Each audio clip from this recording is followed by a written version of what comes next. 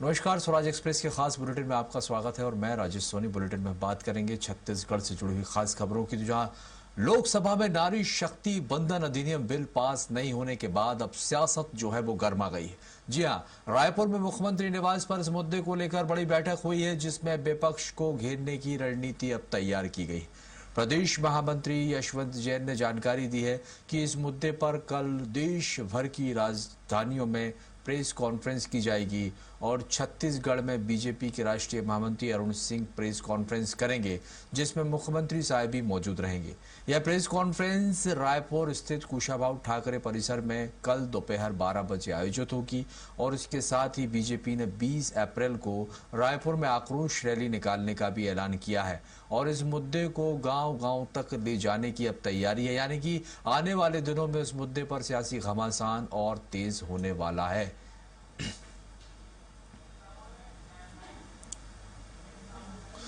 चलिए, इसी पर खबर पर अधिक जानकारी के लिए हमारे सहयोगी रायपुर से दिलीप साहू हमारे साथ लाइव जुड़े हुए हैं।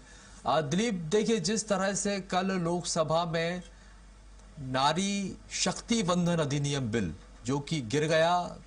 सत्ता पक्ष के पास इसका बहुमत नहीं था, लेकिन अब कहीं ना कहीं जिस तरह से विपक्ष ने इस पर वोटिंग नहीं की, अब भारतीय जनता पार्टी अब इस पूरे मुद्दे को भुनाने की कोशिश में है। देश भर में प्रेस कॉन्फ्रेंस किए जाएंगे, बड़े बड़े प्रदर्शन होंगे। इसी कड़ी में बताया जा रहा है कि रायपुर में भी प्रेस कॉन्फ्रेंस और प्रदर्शन की तैयारी है। क्या कुछ तैयारी है, जरा अपडेट दीजिए आप।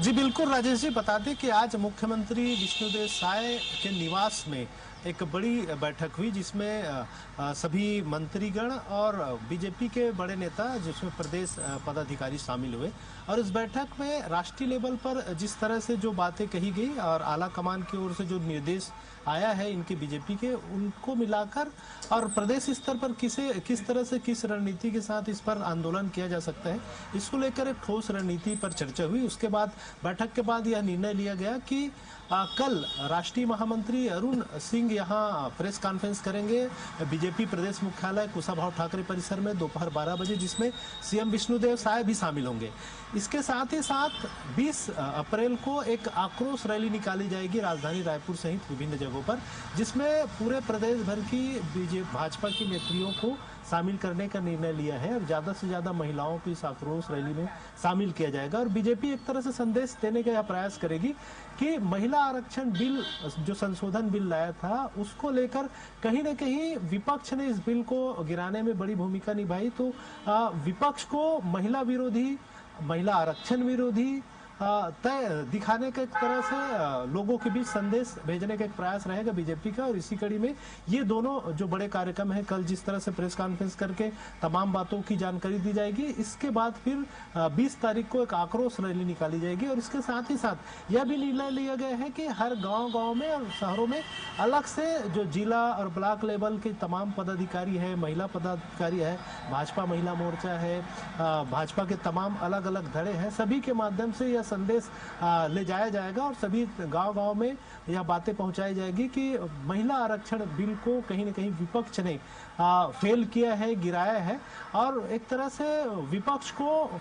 महिला आरक्षण का विरोधी या महिलाओं के विरोधी के रूप में प्रस्तुत करने का प्रयास किया जाएगा। जी, निश्चित तौर पर, क्योंकि जिस तरह से हमने देखा है और बिल को लेकर जो अब नैरेटिव सेट करने की तैयारी है, क्योंकि लगातार ये कहा जा रहा था, हमने खुद सुना था, प्रधानमंत्री नरेंद्र मोदी ने भी ये कहा था कि देखिए, मैं ब्लैंक चेक लिख कर दे सकता हूं, गारंटी दे सकता हूं, आप लोग इसमें सहयोग कीजिए, लेकिन विपक्ष ने इसका सहयोग नहीं किया। तो अभी आगामी चुनाव भी आने वाले हैं रायपुर में। दिलीप, मैं आपसे समझना चाहूंगा, रायपुर में क्या इसका माहौल अब बन सकता है? क्या आने वाले समय में विपक्ष के लिए बड़ी मुसीबत खड़ी हो सकती है? क्योंकि महिला जो होती है वो एक महिला वोटर गेम चेंजर साबित होता है, कई चुनाव में हमने देखा है। राजेश, पिछला चुनाव में हमने देखा था, विधानसभा का जो चुनाव हुआ था, जिसमें महतारी वंदन योजना नाम की एक योजना बीजेपी ने लाई थी, जिसका बड़ा प्रभाव पड़ा और जो सत्ता में उन्हें वापसी का एक रास्ता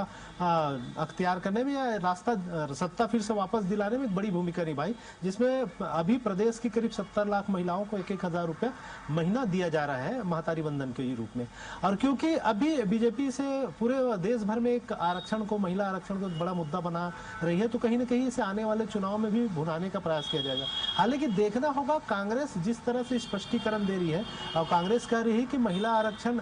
विधेयक है, ये तो पहले ही पारित हो गया है 2023 में, 20 सितंबर 2023 को, और बीजेपी जानबूझकर इसे लेट कर रही है, परिसीमन के साथ जोड़ी है और जनगणना के साथ जोड़ रही है। तो कहीं ना कहीं बीजेपी की इस तमाम जो